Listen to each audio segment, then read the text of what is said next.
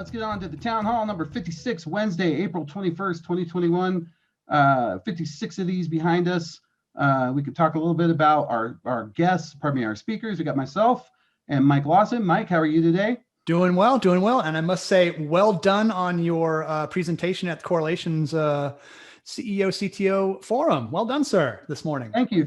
When you get to pre-record something, I didn't think they were going to go for all that CGI, especially when I killed the aliens at the end, but I feel like they got it. So, and you were bouncing from one side of the screen to the other. That was pretty impressive. that was part of the CGI. Yeah. I've learned to use, I started working with the guys who wrote some of the Unreal Engine, and I've been having fun with it. So more to come. To have two of you on each side of the screen, and we would have John Best in stereo. I was going to go for all four quarters. That was my plan. You ever see that old Friends episode where they're watching the thing bounce around and they're waiting for it to get perfectly in the corner? Was that it? No, I missed that one. I think that was The Office. Yeah, the whole staff is lined up waiting for that perfect corner. Yeah, Michael's speaking up front and they're watching it bounce around, and he thinks they're like cheering for him every time it gets close. That's kind of what I was trying to go for. Speaking of the guy who just spoke, we have an incredible guest today. But first, let's get to our sponsors. I got to talk about our sponsors. So back up one. CUNA Councils. I just got tapped. I'm going to be speaking at the CUNA Lending Council. I'm actually going to be talking about crypto assets. I think it's an interesting new topic, something we've talked about on here.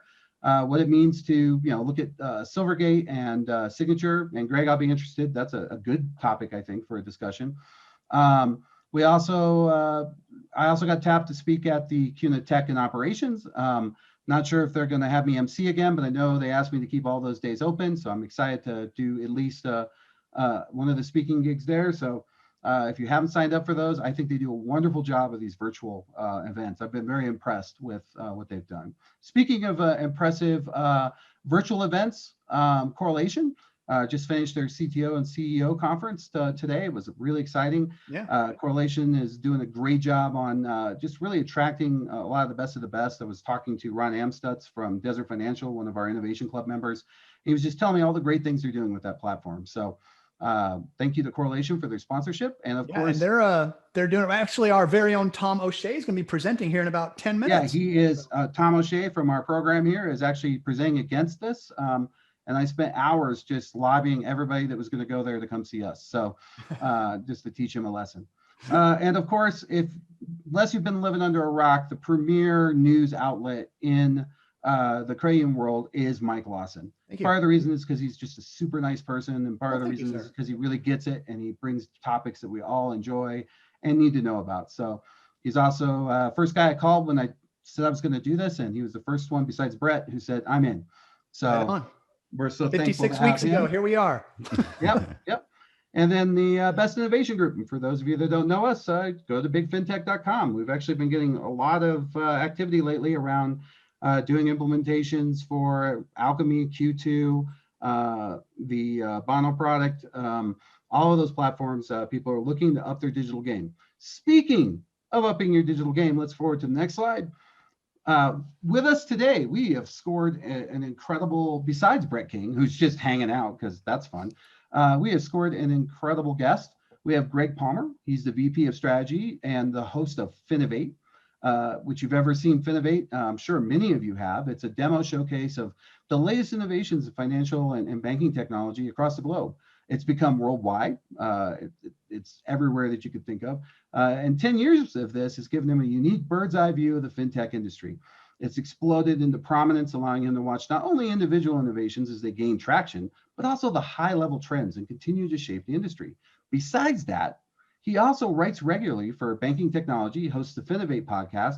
I know he works with Brett very regularly. I've talked to him a few times, but today I really don't hold that against him, man. We try not to. You can give him COVID, right? The snuggling's only for me. I hope not. I'm the only one. So anyways, let's get rolling here. And just before we go, I also want to introduce another one of big staff is on the call. I want to introduce Glenn Sarvati. Glenn, you there? I am here. Hey, Glenn. So Glenn, I brought Glenn on, Greg, because he's got a lot of problems with you.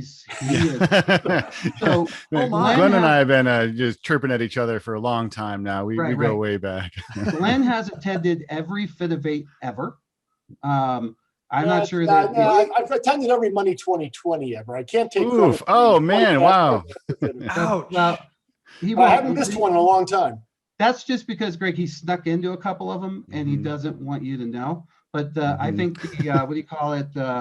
When the statues are over, so you can't like arrest him or nothing. So I think you're good, Glenn. You could be honest about that time you dressed up as Brett and went in. So, anyways, man, I have so many questions for you. So let's just dive in. So the number one thing I was thinking is I love this idea of this bird's eye view perspective of the fintech industry.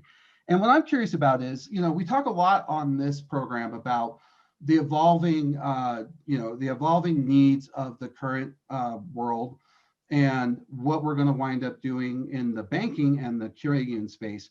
But what are the fintechs doing? Like, how have you seen, you obviously had the transition, your events, similar to everyone else. What have you seen in regards to the evolution of the fintechs and their response to the pandemic and what's happening? And take pandemic aside, just this accelerated pace that we see.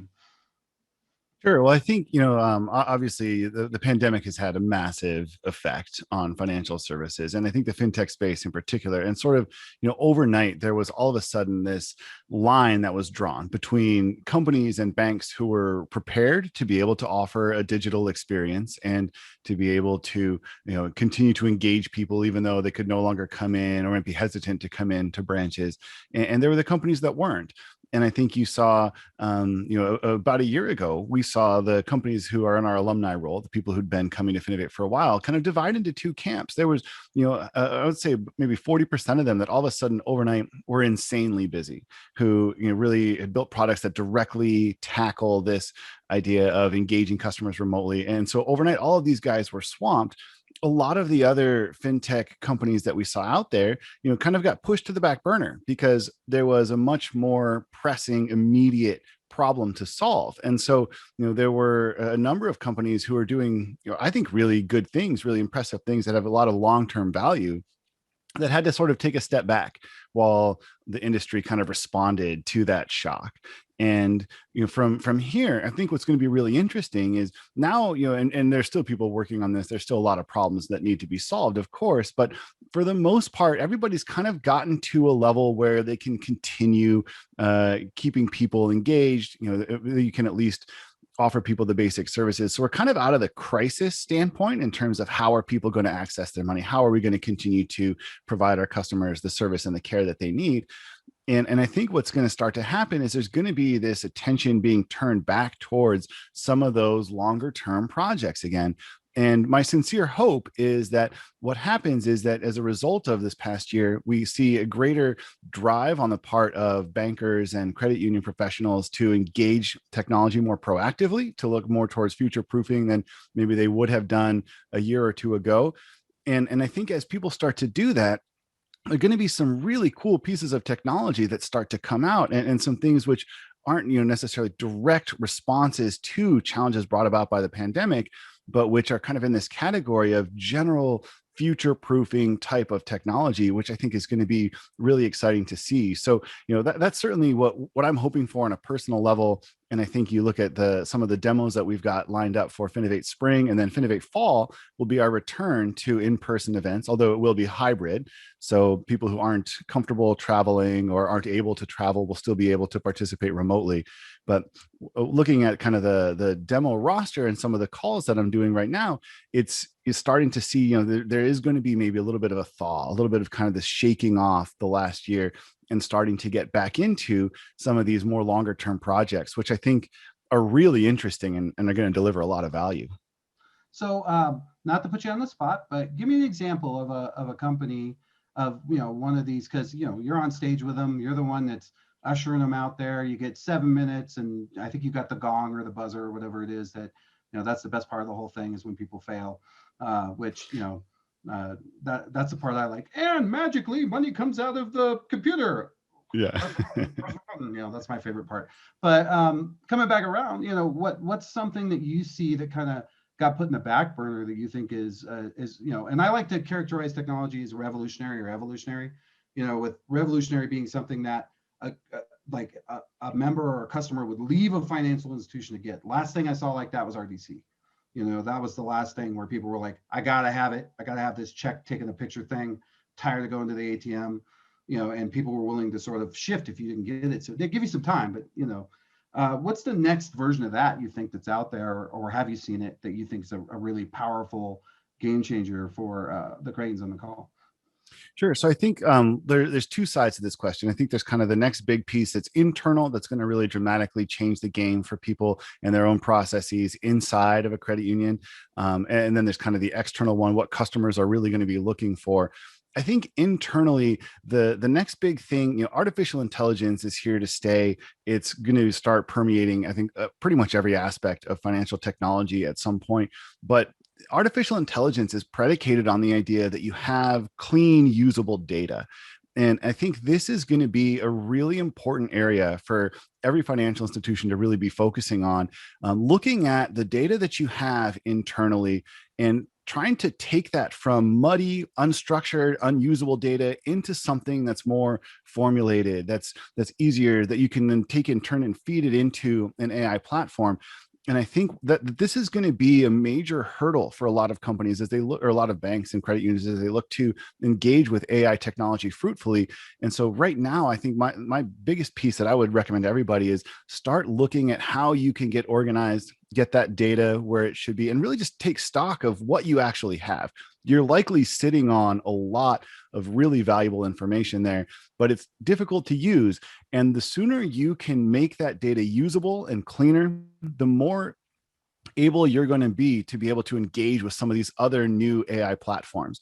So it's not necessarily, super sexy or super exciting, but I think you can see it as opening a lot of doors in the future. And this is an opportunity where you can start to really take advantage of that. We've certainly seen companies on the Finovate stage who are working on that problem. You know, one that comes to mind is called CRM Next, who I know very well.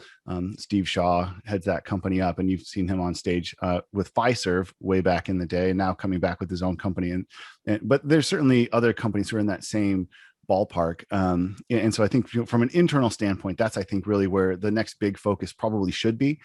From an external, from this customer facing standpoint, I think the real key is going to be around this idea of providing personalized experiences at scale. And I think, and again, this comes back to the data. The data is certainly a really crucial component of being able to do that, but being able to understand who your customers are, where they're coming from, what they're likely to need, and being able to give them this experience that says, I understand you, I know you, and I can do that at scale. I can do that for all of my customers. And I think this is going to start to be one of those things which is going to really become important to customers, and which could very easily start to motivate people to switch financial institutions.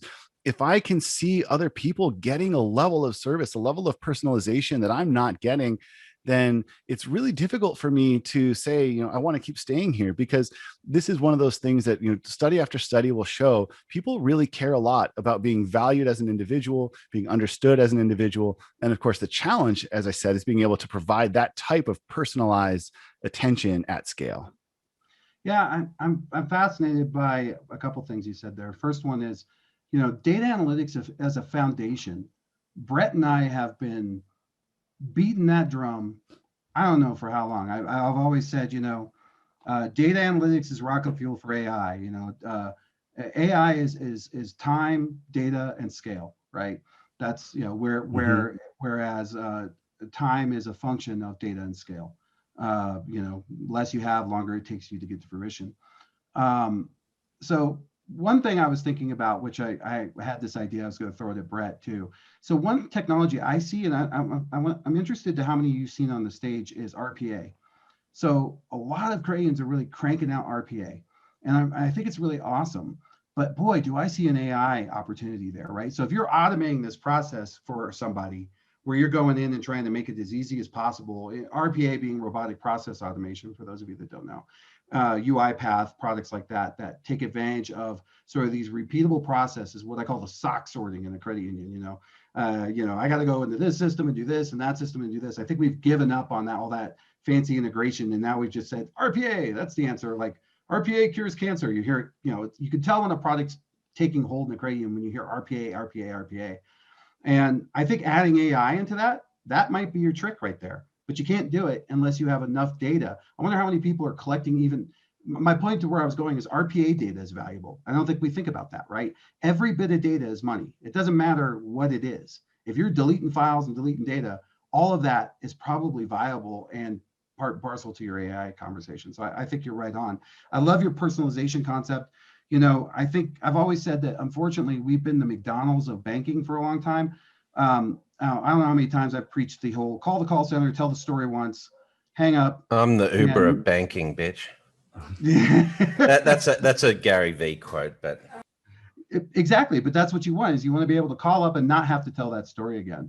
So I think that's pretty fascinating. So I want to throw this. What we like to do here, Greg, is we like to involve people. And I see Jonathan's on. So Jonathan is one of the better techs in the industry, despite obviously his impairments, as you can see. I mean, it is almost 4 o'clock there, so he's probably only had like 1 or 2 pitch runs. But Jonathan, from your perspective, how do you feel about not just you, but where the industry is? And did the pandemic cause a problem? Did it stunt your data analytics growth? Or are you feeling like you're there? How does that play out? Because I know the foundational elements of it. It's between that and practice, what's it look like? I honestly would say tell Greg where you're from and what credit union. Oh yeah, so from Hudson Valley Credit Union, Poughkeepsie, New York, VP of IT there. Honestly, I think the pandemic has fueled our data analytics and sort of data warehousing approaches. More so, and just added extra emphasis on them throughout the pandemic, basically starting in March or really February of 2020. We put an emphasis on getting the Microsoft Power BI platform in place and building a much more efficient data warehousing operation. And this year we're putting an emphasis on, a number of things, but primarily in regards to our, RPA is one of them. So we're definitely big on that RPA side of the house right now. And we're also putting a real priority on member interaction and contact center automation. So we're investing heavily in conversational AI tools, both at a digital interaction level, like through chat, as well as getting ready to do conversational type AI in the IVR space as well. So, and all of that is designed and by our own requirements. We want that to feed back into our data warehousing and business analytics operations. So I think the pandemic, because everything has been done so much more remotely, that since you don't have that face-to-face interaction all the time anymore, the data and analyzing the data and trying to use that to get to the root of what your members want and are trying to do has really become a much higher priority than maybe even before, because we were, for sort of a context, we were and have been a very sort of traditionally retail branch focused organization for most of the history of the credit union. And so the pandemic has really pushed us to start moving heavily in the digitization of those member relationships, whereas some other credit unions may have been further along before that. So I really think it's just done nothing but accelerate our process towards analytics. Oh, you're muted, John. Yeah. So Greg, I want to validate something, Jonathan, real quick. Greg I fully agree with Greg. I think I just want to hear what you say. So what project that you are now doing in 2021 that was, to Greg's point, probably pretty important as you rolled out of 2019 into 2020 that got backburnered, are you doing this year? I think honestly, some of the projects that got backburnered because of the fact that we weren't so, we still had our branches open prior to that. We have really pushed on, and John, you're well aware of this at this point. We're really pushing on enhancement of our digital tools. Before it was kind of like, oh yeah, we want to do those things. We kind of want to get to those eventually. And more customization that wasn't just out of the box. And this year it's like, oh, it's not just we want to do these things. We have to get these done now because we're not going back to what it used to be. So that's both in our digital banking platform through Alchemy, as well as through some internal digital platforms, member self-service platforms that we have through the Glory USA organization and their ITM solutions. So Greg, what I'm seeing, and to validate what he says is, so a lot of people have what I call channel dysfunction. And so like mobile was, you could make a real-time credit card payment. The example I use is you could make a real-time credit card payment over the counter, walk down to Walmart and use it, use that credit card. But on mobile, for whatever reason, if you made that payment and you tried to head down to Walmart, it wouldn't work. And it's because no one ever finished up that real-time integration because there were some complexities or whatever. And so as a result, there's this dysfunction. But the thing is everybody was so segregated. It was almost like, member B sort of got used to how it worked in mobile and never tried it over the counter. And member A always did it over the counter. But now that they're all in the one spot, we're finding that a lot of people are going back and trying to shore up that channel dysfunction. I'm hearing that across the board. For example, hey, principal only payments and mortgages was never a priority in mobile, but all of a sudden it is, especially after the real estate, push that we've had. I just want to get your thoughts on that. Are you seeing and hearing that too? Because that's not really a Finovate problem to solve. It's more like people are just finally getting around to like doing that blocking and tackling it's like you have to block and tackle and play offense at the same time. But that's a fair characterization. You just nod your head, Jonathan, right? Yeah. Go ahead, Greg. Yeah. So I think, from my standpoint, what we've seen is sort of like you have a bucket. The bucket has a lot of holes in it. You suspect there's a lot of holes in the bucket, but then all of a sudden you fill it full of water, and then you can really see, holy crap, there's a lot of holes here, and you can start to really try and plug them up. Yeah, and so right. Oh God, I didn't even do that on purpose. But I think this is what we're seeing right now. So you had this massive stress test that everything was just put through, and to be fair to the fintech industry, this is really the first major stress test for a lot of these solutions that have been out there. We saw the period between 2010 and 2019, you have 10 years of really just ideal conditions for people being able to bring new things to market, for everything running as it should. And so we saw a lot of new technologies come out that are in this kind of idealized scenario, the best case scenario. Here's where we really optimize things. Here's how we can really make sure we take as much advantage as possible of the good times. And I think there was so much excitement on the opportunity that there wasn't as much attention paid to making sure that things were shored up, that things were secure. And you see this is a pattern that emerges with fintech solutions in general. You look at what happened with Robinhood a couple months ago when all of a sudden they found themselves in this crazy situation with GameStop, and never did they anticipate being in that situation. And you could argue that it's maybe a bizarre enough situation that they shouldn't have had to anticipate it. But the fact remains that there was a major stressor applied to this one particular system. It broke that system. It led to a huge amount of disgruntled customers, people taking pot shots at them on late night TV. And I mean, from my standpoint, deservedly so. Like, hey, let's all pile in. Like, we've got they're called Robinhood. We have to be able to take shots at this kind of company. But at the same time, it speaks to this kind of larger pattern of needing to really stress test these pieces. And so, I think, and again, I hope this more than I think it maybe, but I certainly hope that coming out of what happened is people really learn this lesson, that we need to not just look at how we optimize things and try and squeeze every last little bit out of the opportunities that are presented to us, but also look at doing that kind of low level maintenance, that less exciting side of it, making sure that there aren't a lot of holes in the bucket, and recognize that, hey, it could rain, it could flood again.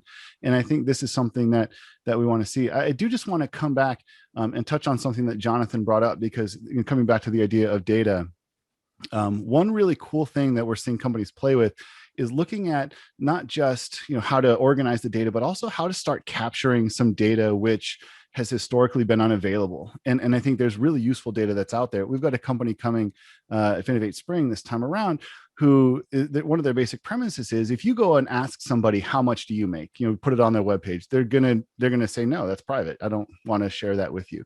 If you put it out there as a mortgage calculator and say, hey, enter in your information and we can help you calculate how much you need, all of a sudden people are much more willing to share this data.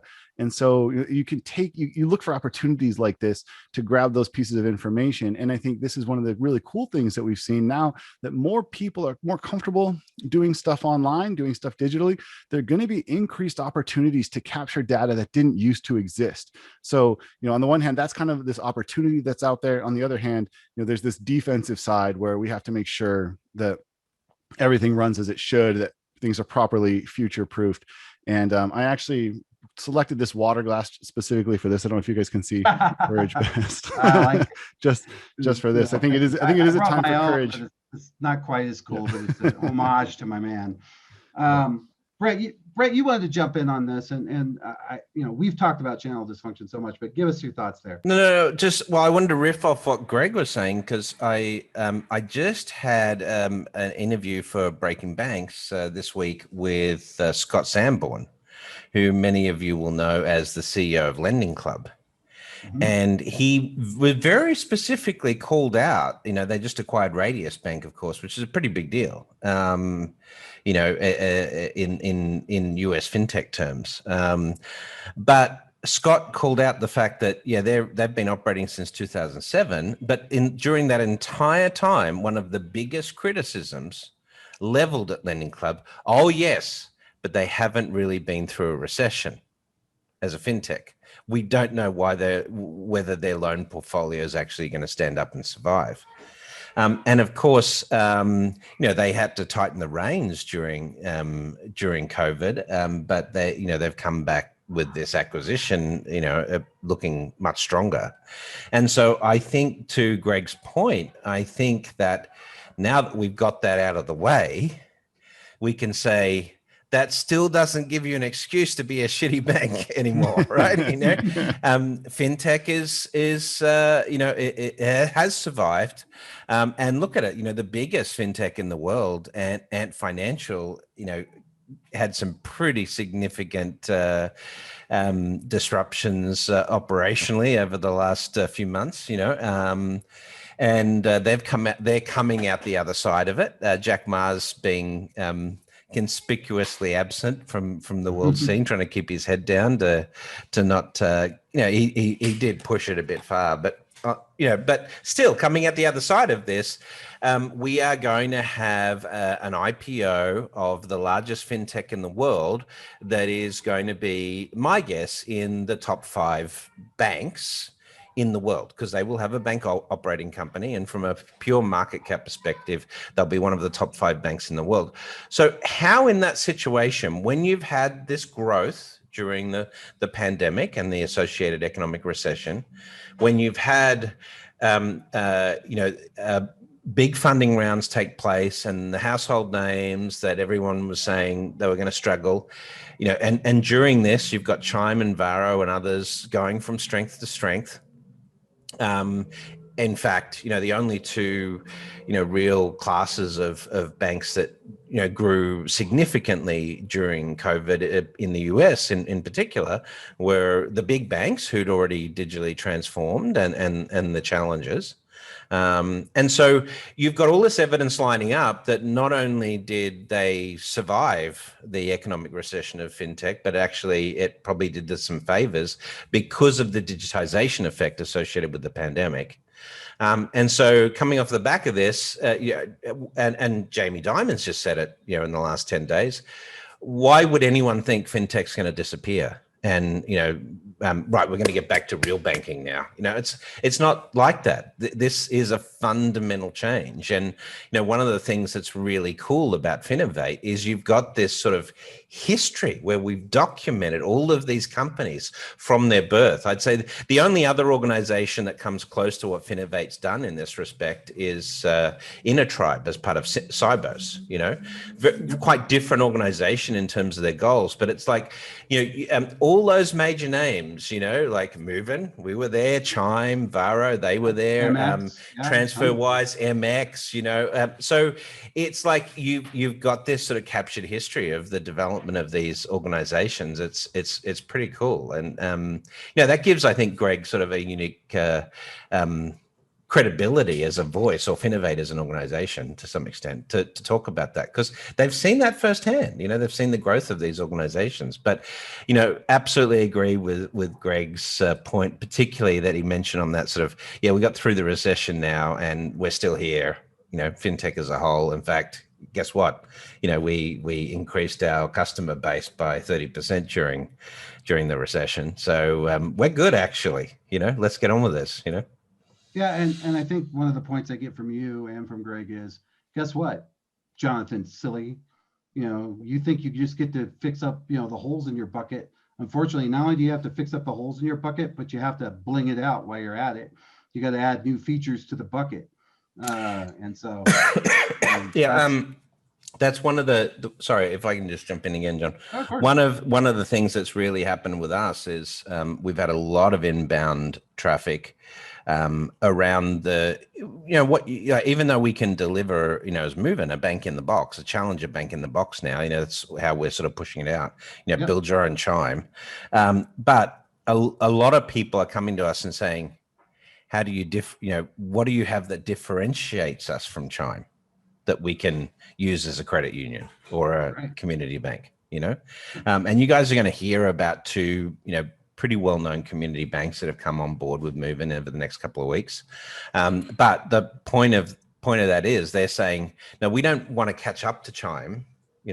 We want to do more. So what do you guys have that can give us that? And so when you start looking at that, two really important things emerge right now. One is sort of the buy now, pay later, or contextual credit, experience, and the fact that you can give people credit that isn't productized as a credit card or a personal loan or an overdraft, a different, a contextual one. And secondly, the financial wellness piece, I'm biased on that, of course, but that's what we're seeing, like the stuff around the predictive cash flow, where we can tell you that you have an upcoming bill, a recurring transaction that you're not going to be able to pay in the future. It's those sort of things that people are really looking for, because again, that will give them some, not only just catching up with the challenges, but doing just a little bit more. Sorry, I didn't want to sort of take over. I think that's the fundamental key to doing what Greg said, which is personalizing an experience. Because when you start doing proactive things, what it says is, I know you, I know what you need, and I know where you're going. So I want to switch gears here, just because, as I said, Glenn's got a lot of problems with Greg, and I want to make sure he can air out his grievances.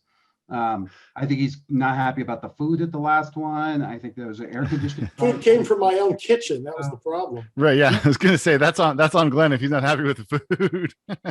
That's true. Actually, But I still would like to have air conditioning in the San Francisco one, but that's just me. But go ahead, Glenn. Yeah, I've got a question kind of coming at it from a different angle. I mean, rather than like the nature of the solutions, I'm kind of curious just the way the nature of the companies that are presenting at Finovate has shifted over time. I mean, the way I think of it, there's multiple different kind of reasons, motivations for being on stage. One, you could be a very early company still looking for investors. You hear people making that pitch at the end sometimes. You've got people who are a little bit further along who are looking for partnerships with banks or just to create more visibility. And then you've got, folks who are actually, just purely out there creating more of a name for themselves in the marketplace, and potentially just go out there looking for customers.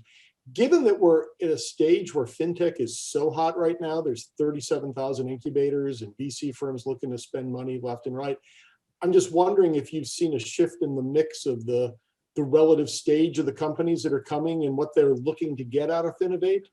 I noticed, I think there's on the spring event, I think you got US Bank on stage again, which I've always enjoyed that mix, that you've got the real early stage people that either you've heard of and they got something new coming out, or you've never heard of them at all. But then you've got, I remember IBM and Adobe and people like that who have new solutions, and Deluxe, when I worked there, was on stage. So you kind of run the gamut. I'm just kind of curious if that mix has shifted over time.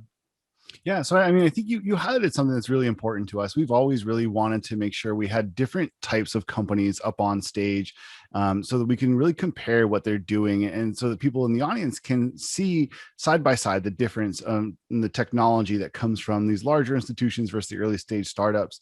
I think the big thing to keep in mind about Finovate is that we're really reactive to where the industry is at. So we're to some extent beholden to these larger patterns going on. And when we're in a situation where, 3 or 4 years ago, we were seeing a lot of venture capital money going to early stage companies, a lot of seeds being planted. And then over the last couple of years, the market is sort of shifted in terms of where that VC money is going. There's still a lot of money going into the space, but a lot more of it now is going after these kind of to a smaller group of companies. And you're starting to see some of these really big companies pull away in terms of the amount of funding that they're getting and the amount of fame that they're getting. And so, I think that I fully expect to see the pendulum start to swing back the other way. I think that we're in a period now where there's going to start to be some creativity and some new ideas coming into the market, which is going to mean new companies. And also we're going to kind of approach endgame with some of these larger companies, these larger bets that venture capitalists have made. And we're going to see, what really happened, who really became the king. Is Venmo, do they have that locked down, or is there room for another peer-to-peer transfer solution out there? And so as we approach that kind of end game for those larger companies, I expect to see more money going back to really early stage companies, which will then in turn mean that you'll see more of those kinds of companies on our stage again. From my standpoint, there are a couple of really big drivers that lead to what I call the kind of more creative fintech solutions, the ones that are sort of more out of left field, right? Maybe more ambitious, maybe less kind of grounded in reality. And I personally love those. I think they really push the industry forward. But the big pieces that will really tend to drive that are new pieces of hardware, advancements in terms of what's physically capable, what toys people can play with. Major problems within the industry. When a problem gets exposed, there's a lot of people who start to come in and really tackle it. And I think that's kind of what we just saw happen. We're in a moment where we saw a lot of big picture inefficiencies and problems being exposed in a really pretty ruthless and pretty brutal way. And I think that there are going to be a lot of companies coming in and starting to deal with those. And then the last kind of really big driver in terms of high level, getting to this kind of creative side of fintech is changing customers and the idea that customer behavior has gone through a dramatic shift. They're asking for something different now. They're experiencing something different. And so I think we'll see those last two pieces start to drive some more people kind of breaking away from these big companies. And if you look back at the early days of Finovate, in 2010, we saw a lot of companies on stage that were founded by an ex-banker, somebody who, I was working inside. I saw these inefficiencies firsthand. I know that we can go and tackle them. And I think we'll start to see people doing that again. People who are in the walls of some of these big organizations who know where these inefficiencies are going to start saying, I think I can actually do something better by breaking away from this and starting my own company. I've been wrong before, but this is kind of my prediction in terms of what I think is coming next. And of course, getting back to your original question, as those companies come out, absolutely, we'd love to put them on stage at Finovate, because even if those products don't end up coming to market in a way that you can actually go out and buy them, they push the rest of the industry forward. They add this creativity to it. You start to see them bubble up into other solutions. And when you've got an Adobe on stage, followed by somebody with a really great idea that is completely outside of anything they've done, they're all paying attention to each other. The presenters backstage all talk to each other. They're very aware of what each other is doing. And so this is how the entire industry moves, when you kind of bring these groups together and just let them bounce off each other and see what they're working on. mean, that last thing you said just kind of reminded me too, tying it to the earlier conversation about, springing leaks in the bucket and figuring out how to patch the stuff that may not be that sexy, but it's just necessary to kind of keep the wheels turning forward. And this isn't just Finovate, this is any place. The challenge you have there is it's not sexy. And therefore, Right. You get on stage, you talk about it, and people are like, yeah, that's incremental. You're not going to win a best of show by doing that. But I'm hoping that it's still something that gets people's attention enough. I mean, I don't know if you have the statistics on stuff like this. I would think that you've got plenty of success stories that never won best of show, because it doesn't necessarily, it's not the things that rise to the top that get people's attention that, and get that vote that are really going to turn the crank at some point in the future, I would think. Yeah, absolutely. I mean, a good example of this is a company called Breach Clarity, who was on stage a couple of years back, and their technology is really just about systemizing a response to, what do you do if you get breached? And this is not a topic that people really love talking about. It's not something that you're going to go home and be really excited about, but it's so useful. They've gone on to be very successful since then, and there's no shortage of that type of story out there. We have limited visibility in terms of what happens to our alums after they are on our stage, of course, but absolutely, there are these companies that are able to find these holes, and you can make a ton of money doing that. And I think the other big piece here is that venture capitalists who, a decade ago didn't necessarily know what to do with fintech, now know a lot more about the space. And so I think venture capitalists are able to see these opportunities and start to be able to say, hey, if we get a company who's working in this space, even though it's not necessarily the most sexy, it's still really potentially lucrative. And that experience helps a lot of these founders kind of know where to go as well. So I completely agree. I think, a lot of the stuff that you see sometimes end up going on and becoming really useful, permeating the market, might not ever win best of show. And the other piece that I always say is, and a personal passion of mine, I spend a lot of time with the companies who demo, trying to get them to really get their message out there in the right kind of way and present their value proposition in the right kind of way. And this is, I think, a critical failure of the fintech industry in general. Is it's really difficult for people to present themselves and talk about themselves in the most productive way possible. The more we see companies who are able to do that, who are able to make this really concerted value proposition pitch and say, hey, here's why you should use us. Again, they might not win best of show. It might not be the flashiest demo ever, but these kind of calm and measured demos really go a long way towards helping people understand how they could use the product themselves or where those opportunities are coming from. So this is, I think, this could be a whole show in and of itself, but this is a major pet peeve of mine when a company I know has good technology that I know would solve a lot of problems gets up and face plants on stage, and you see all this missed opportunity, these missed connections that happen. You're like, oh God, why didn't you just say you could do X? It's one of the big frustration points for me. Well, I think you answered why that happens a minute ago, because what's happening is the person, still love the glass, the person that is out there pitching was in the four walls of a bank, and that wasn't his job. Mm-hmm. And that's one of the hard things, because they do get there. You juxtapose that with something like Movin with Brett. And what I'm saying, and the reason Finovate is so important is, I think the future for everyone on this call that's running a financial, running a credit union, is how do I out-partner the competition? How do I, and I think you have to do that in three ways. One, I think you have to find the right partners that are providing products that are, to your point, niche with the customers, which creates that individualism and that personal touch. If you're a, we've talked to credit unions who their primary segs are oil-based so they've got people who are out on these these big rigs out there that need sort of these remote financial services, right? They need to be able to send money home quickly. They need to focus on meeting the needs of that new worker, that evolving workforce. So that's one. I think the second one is, how quickly can you implement it? It can't be, oh yeah, we'll get the servers 6 months from now, and by the way, oh yeah, we finally got the VPN working. It only took like 6 years, and I had to wave a dead chicken over it, and that was the only way I could get it to work, was the dead chicken. And then finally, this is the worst part of it all. If the two first ones go right, what we really find is the marketing of it. And you mentioned Chime earlier. Brett mentioned a startup in the box. Which, by the way, Brett, one of the things I want you to comment on here in a minute is whether or not someone like Heritage Valley create their own version of Chime, a la Bancor, right, or BankView, where they built out Simple, and Simple was just sort of a front end to that with different values.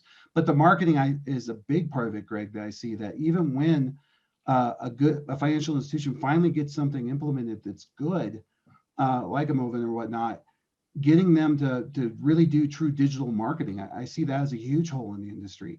Nobody wants to send an email. We're too afraid. Meanwhile, Chime sends you 10 a day. Maybe both you and Brett could comment a little on, but to me, that's the future, is how to outpartner. Yeah. And those are the three big main pillars. Yeah, I'll jump in first here. And I think, you hit the nail on the head. And one of the things that I would encourage anybody who's looking at a potential fintech partner to really push them on is, how do I sell your service to my customers? And I think any fintech provider should have a really good understanding of how that dynamic should look. And if I'm trying to sell you as a credit union that you need me, then I better be able to tell your customers why they need you with my service. And I think this is one of those really crucial pieces that you see the technology and you think, man, this is cool technology, but it doesn't exist in a bubble. There has to be this marketing aspect to it. You have to be able to get traction with it. And if you look at the difference between somebody who's doing this well, this is the difference between Facebook and MySpace. This is why you remember Facebook and you don't remember MySpace. I mean, technically these products are very comparable at the outset, but all of a sudden, this is how one was able to dominate and one went away. MySpace is gone. Yeah, you can. I'll meet you there. We'll catch up on MySpace after. Okay. But I think this is a very appropriate and fair thing to be pushing any potential fintech provider to do, is to kind of justify this a little bit and sort of say, turn around. How do I sell you to my customers? Another really crucial piece is time spent educating not just the senior level of a financial institution, but all the way down through those front lines, so that every customer who comes in, whatever teller they meet, whoever they call on customer service, whoever they're chatting with, if that's what you have going, everybody in the organization understands what the technical solutions they're offering do. They understand why they're beneficial and can represent that value chain. So this is, I think, the two sides of it. Get the fintechs to tell you how to sell it, and then make sure you turn around and internally and say, hey, everybody, this is how we're selling this to people. These are the messages around it. And again, there are a variety of solutions that can help you to kind of get the word out about the fintech that you're engaging with. And we've seen a couple. One of them is called Horizon out of Toronto. They do really strong work. Launchfire by Lemonade is another one. Both Finovate alums, find their videos at finovate.com/videos. But I think this is a really crucial piece of it, to make that connection so that in the end consumer's mind, they see this benefit, they understand the benefit, and they get really excited to use it. One of the points you just made, and I'll shift it over to Brett or Glenn, but I challenge every credit union on this call, and I do this frequently, to run a report and tell me how many of your employees are active users of your digital. And if it's less than 95%, you got a problem, because nobody sells what they don't use. And what I found is because every home banking system on the planet, I think you would agree with this, Greg, will give you everyone that's using it, right? You can get their member numbers. It should be a simple task to run it and go, when was the last time, this employee logged in? And what I find is two things. One, I find this weird thing where there's concern by the employees to use the services of the credit union because other employees can look at their stuff, they think, which is usually not true. There's like some sort of stigma there. And then secondly, they just don't. And I'll ask them questions like, hey, is the credit union you work for, do you have that debit card in Amazon? Do you have that credit card in Amazon? I didn't think about that. And it's just fascinating to me. It's the whole dog food concept, but you gotta eat your own dog food before you give it to the dogs to get any idea of what it tastes like. But I do think I think you're dead on there. But on those front lines, nobody's going to sell that thing if they're not using it. And to get them to use it, one of the things we have is an Amazon Alexa product and a Google Home product that Brett's helped us with, and getting the adoption is the hardest part. And it's just getting people to understand what it is. But when people finally use it, like a frontline person, so we've opted to give them away, but people do need to, I think, run that report. You need to know if your internal staff is using that new fintech thing, because if they're not, you need to pay them or something to use it. And I get it that not everybody, maybe can use whatever that service is. Like if it's a commercial service, not everybody in the staff is going to be able to do that. But for the most part, they should at least be able to experience it in some way. So I really do believe you there. Let's jump over to Brett. I wanted him to comment on that as well as how to out partner. And I wanted to hear a little more about how Moven's a partner that could impact that sort of thing. Like, what are your experiences trying to partner with Gradians? As what are the things you've run into?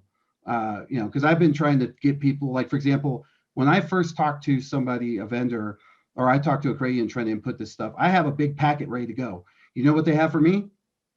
Like 3 or 4 people on the call who like together know things, and I have to write it all down. I think, Jonathan, you should have your own packet to hand out that already has like, here's how you connect. And like, look at Brett, he's like making a face. He's so excited about it. But, I feel like that's part of the out partnering is, and we got to stop calling them vendors. If they're really going to be big, absolutely, that big business. And I'm not just saying that because I am a vendor. I'm just saying that's what I'm seeing. It used to be, the way you got your job was how what kind of stick you used to beat your vendor and how well you did it. And Jonathan will be rewarded for reducing that bill pay cost by whatever. But I don't think that's going to be a way to work anymore. Anyways, go ahead, Brett. I'll let you wind down. And then Greg, I want to make sure that we find out how to get to the next Finovate. And you said you had a promo code where there's only going to be $8 for everybody here to go to the next Finovate, and you were paying for travel and stuff. So I definitely want to talk about that. And I don't know if it's a plane or a train or what, but I'm just kidding. I don't want to put it. Yeah, we probably should talk about that before you get off the line. Go ahead, Brett. So I'll try and keep it brief given the time, but generally speaking, whether it's a CU or whether it is, a big international operator, big bank offshore, they're putting us through the procurement process. And that views partnerships with fintechs as a legal construct for a vendor, as you say, rather than a partnership. And the problem with asking a fintech to come in and do an 80-page, vendor contract with the procurement department is that's the last thing that a fintech should be doing, right? Because all that time, you should be holding their hands, expediting this, getting them into the stack, getting them to look at the technology, issues, getting them to figure out a way to add value as quickly as possible, not getting them to spend 6 weeks on back and forth with the legal guys over the contract, which is frankly a complete waste of their time, right? And so that's the biggest issue we face with these sorts of partnerships. And so the banks that have a partnership team that will shepherd through or credit unions, shepherd the fintech through the process of partnership to reduce the friction. This is all about all the time, right? Reducing the friction of that relationship and partnership is really important. And that's what, when I'll give you an example. Everyone knows we've done a ton of work with TD.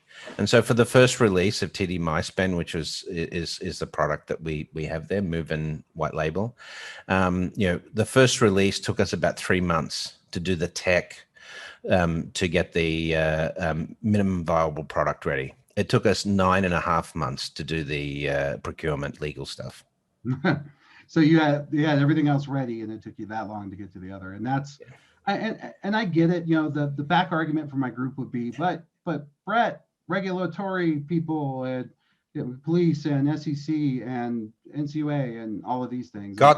Put someone in place that helps me shepherd that through. Don't leave it to me to do, because I'm not going to be an expert in all those areas as a fintech, right?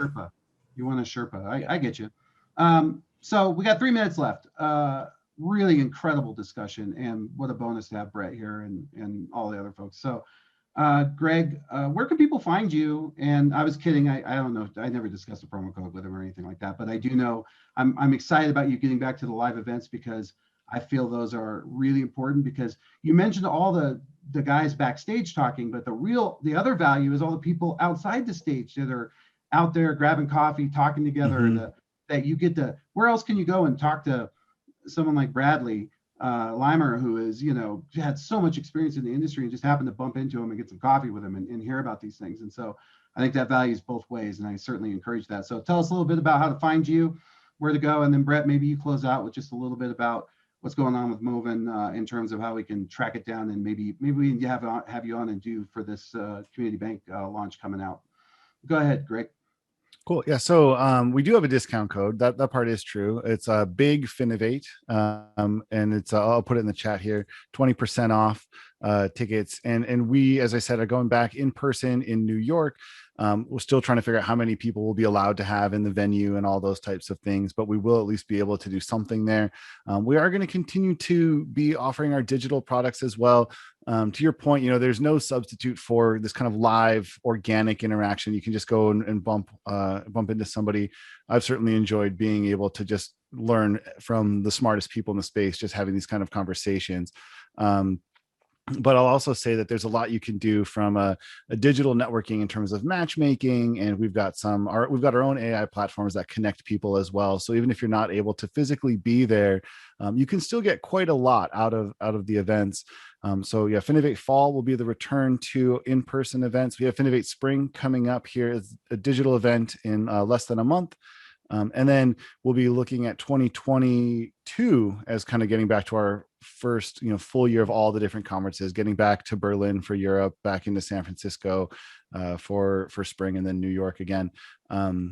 And we also have the Finovate podcast, which comes out. I was looking at this. We have 5 podcast hosts on this call, which it's actually gone remarkably smoothly, considering how many of us are used to probably talking at length. But Finovate podcast is there for you as well. Check out finovate.com for information on other smaller webinars and things like that we're running too. But happy to engage you wherever and however you prefer. I can't thank you enough for taking the time with us today. And I had no idea you had a code. I probably should have asked about that, but I'm really thankful for it. But Glenn can't use it, right? Glenn still gets charged double or whatever it is you charge him. Yeah, actually, every time anybody uses that code, Glenn personally sends me a check for $50. So, you can. I'm going to buy 5 tickets. Right, yeah. Actually, but that's okay. Yeah, he has to bet one over. Well, checks are gone. Brett King once told me in 2009 that checks would be. We have a bet about that, and I think I won. That checks would be in, with Glenn working at Deluxe, but it's a good segue to Brett. I take the over on that one every time. Right, but Brett told me in front of like a dozen people, he told me I was crazy. Well, so in my defense, the United States is the single country in the world where checks are still used broadly. Having said that, we've seen almost an 80% reduction in the use of checks most recently. The trajectory is very clear. When it comes to either cash or checks, it can change very rapidly. The biggest problem we have with checks in the United States is people still being paid by checks, and so that elongates. It's the long tail of check usage, whereas other countries made a very simple switch here. Maybe FedNow will introduce this, but most of Europe just simply added a fee for using a check versus a digital payment, which finished off checks very quickly. So if that happened in the US, the same would occur. It's not a matter of people love using checks. Checks are extremely inefficient, but checks are very low cost for people right now in terms of as a payment mechanism. Once real-time payments are free and you have to pay for checks, which will inevitably happen in the United States, then we'll see the decline of that speed up. But there's no country in the world where check use is increasing. And so that means inevitably at some point we won't have checks. It's just a matter of trying to figure out what that date is. You win. Sorry, I'll give it to you. You win. No, there's no sorry there. But you have to take Glenn's checkbook out of his pry it out of his cold hands, dead hands when the time comes. Now, so Brett, if you don't mind, I'd love to have you back to talk about Moven and what's going on there. Sure. I'm super excited to hear, the success you've had with all of that. And thank you for validating some of those things. I hope the Craigens hear that. Greg, you've been a fantastic guest. One last thing, how can they find you on Twitter? And Brett, I know where to find you, but let's both have you guys give out your Twitter and we'll go from there. Yeah, I'm at Greg Palmer 47. Yep. And so there were 46 before you. And but you were the 47th Greg Palmer on Twitter. There are too many Greg Palmers out there. 47 is a college number, Pomona College. If anybody gets the reference, it's a lucky number for the school. It's a little teaser I've got out there to help me find alums. That's awesome. My friend Bill is an alum, so I have to tell him about that. And then Brett, we can always find you. I think it's The King at something like that. BrettKing.com or at Brett King. Yeah. Awesome. On Twitter. Anybody that has a map behind them, I always think is bent on some sort of world domination. Like, Yes. it'd be funny if every time he got on, a little more of that was colored a different color over time. Yes. That I think he should do. Well, no, the only thing I will say is I did put the finishing touches to the last chapter of the new book out in October, The Rise of Techno-Socialism. It's going to be a real hot potato in the US, obviously, with the title. Yeah, it's I'm going to send you an advance copy, of course, John, but by all means, if you could support that when it comes out, I'd really appreciate it. Isn't Bernie going to buy all the copies though? Isn't Bernie like the main character? Bernie may be disappointed because obviously the book identifies the fact that classic socialism hasn't worked. But that more participatory forms of government, like democratic socialism in the Nordics, definitely works. Classic socialism didn't even work in Russia. It worked for about a year, right? And so, this is definitely not a political statement. It's about the fact that technology gives us the ability to shrink government in terms of the cost of government through autonomy, but we'd have to get the vested interests out of government to be able to do that, and so you could have extremely efficient government at a fraction of the cost of what we spend on the US bureaucracy today. As an illustration, you could provide universal healthcare to everyone at a third of the cost of the current healthcare system in the United States, as an example. So why wouldn't you do that? So the real question the book tries to ask is, what is the purpose of the economy? Is it to create GDP growth, or is it to create happy, healthy citizens? And, if you look at the, many economies around the world today, because of our sort of super view of capitalism, it's GDP growth is the core driver, not the happiness and health of citizens. So the message is AI and climate change will shift that back. That will be an untenable position from an economics theory perspective, as we approach 2050 closer. Yeah, we'll have to get together and have Harry and I have been talking about the fifth force, Harry Clore, which I know you'd be interested. Harry will love this. Harry will love the book, actually. So that's what I was going to go at, is there's actually some things coming along. They're going to validate what you're saying. Well, that's it, folks. Thanks for your time. I could talk to these guys all day. Really appreciate it. And Glenn, thank you for jumping on. Good to see you, Greg. Sharing your grievances with Greg. You too. Thanks for having me. Really appreciate it. Oh, it's our pleasure. And Finovate, like I said, I can't say enough about that. As soon as the book comes in, I'll get a review of that. And you're always welcome back anytime you guys want, despite all the podcast hosts. So thanks again. Well done, guys. Thanks, John. Take care. Take care. Bye. Bye.